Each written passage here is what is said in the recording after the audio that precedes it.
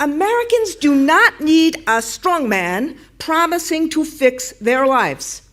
What they need is education, good jobs, and a labor movement to empower themselves. Public education and a growing labor movement are vehicles for creating agency, empowerment, positive agency amongst Americans. I would argue they are requisites for Americans to prosper and for democracy not only to be salvaged, but to be strengthened. Here's 3 educational strategies that can enable agency, opportunity, and trust. Literacy. Reading should be a national priority for students and the 20% of adults who have difficulty reading. That is what the AFT is doing through our Reading Opens the World campaign. We've given away 10 million brand new books, 10 million, to children, families, and communities over the last decade. Community schools. Student, family, and educator well-being has to be a focus. Community schools are one of the most effective strategies we have to connect students and families and communities. And they also work academically. Schools have to be relevant and exciting, so kids want to be there. They need engaging, experiential, hand-on learning. The economic advantages of union membership are clear. Union members enjoy higher wages and better benefits. Union households have nearly 4 times the wealth of non-union households, and they are more likely to own a home and have a retirement plan.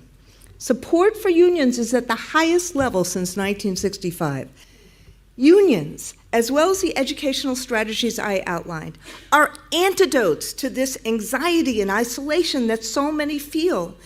Think about the last 40 years. A new set of economic rules have prioritized wealth over work, corporate profits over worker pay, shareholder returns over societal value, and the bogus claim that in a plutocracy, economic benefits somehow will trickle down to the rest of us. This system concentrated power in the hands of billionaires and big corporations, giving them wealth and influence at levels exceeding even the 19th century Gilded Age. Sarah Beth Rosenberg and I teach about this all the time. It's no coincidence that as worker power has diminished, wealth has consolidated at the top, inequity has grown, and public confidence in democracy has weakened. So yes, of course, we need to grow the economy, which is always the pretext for neoliberalism.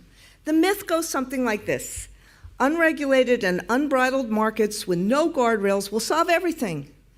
And this neoliberal philosophy, it doesn't work, it hasn't worked, it will never work for anyone but the rich, yet it keeps getting repackaged and resold to the American people with a promise that this time it will be different.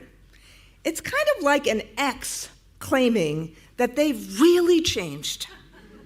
So it's time to break up with trickle-down neoliberalism in this country. Laws and policies and institutions have to meet this moment. Congress has to pass the PRO Act. We have to increase the minimum wage. We have to rewrite economic rules to stop big corporations and billionaires from further rigging capitalism. Let's build on the Affordable Care Act. Let's guarantee Social Security for generations to come. And finally, invest adequately in public education. Let's provide educators and students with the supports and resources they need for these meaningful pathways that I've just talked about to engage them, equip them with the skills and knowledge they need to have agency and opportunity to find their American dream. And if the powers that be in this country fight against this agenda, we fight back. We have to create an economic movement for all families to be better off. And that takes organizing in our communities and in the halls of power, whether it's transforming a high school or organizing a community literacy event or participating in a local election, supporting a local union, cleaning up a park, or any civic participation that builds agency or trust or community. We'll do our part. My union will. AFT members making a difference in the lives of people every single day, providing these pathways and fighting for respect and dignity of all Americans. Just like when David Dinkins was mayor, we're in a race between hope and fear. For hope to win, this requires all of us. The simple truth is, we all do better when we all do better.